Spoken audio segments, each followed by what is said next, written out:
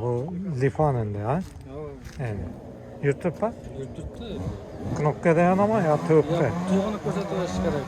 Akkumulyator yaqinda qo'ydiradi. Bo'lmasa knopka dayanmaydi. Knopkada yog'ib beradi. Bir yerda ne bo'ladi ko'rsatish kerak. Yanib soz. Savarda hammasi yonadi. Çeydi otursan bunu. Budjetli variant bu 4 milyon bo'lsa beraman. Yana xayr qilindi kelishamiz o'g'il. Sergene qaytatar. Xudo xolasa kelarsan. Telefonlaşamman dese. 95 dan 260 8907. Hayat bekletip kavlaşıyoruz. Hayat beklep murojaat qilaverasizlar. Shuni Lifan'ni so'ymasin. Hamma paketkalar toza ortam böyle. Ko'p g'ayda qo'yildi. Ikkinchi g'ayda oldik toza. Paketga toza. Bizga toza qo'yildi. Vilkasini toza. Ikkitani qo'ydirdi, o'zini kichikroq bo'ladi ekan.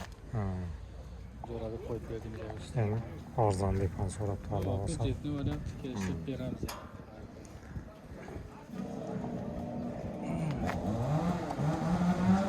Rahmat. Yes.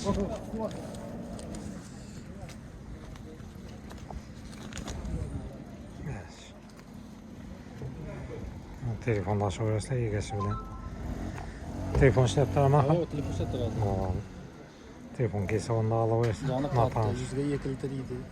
Ha, 100 kilometrga 2 litr. 2 litr, biz bagam 2 litr. Bular avtolar aralashtirib Yo'q, suv qo'y bular. su qo'yma. Ha, suv qo'y.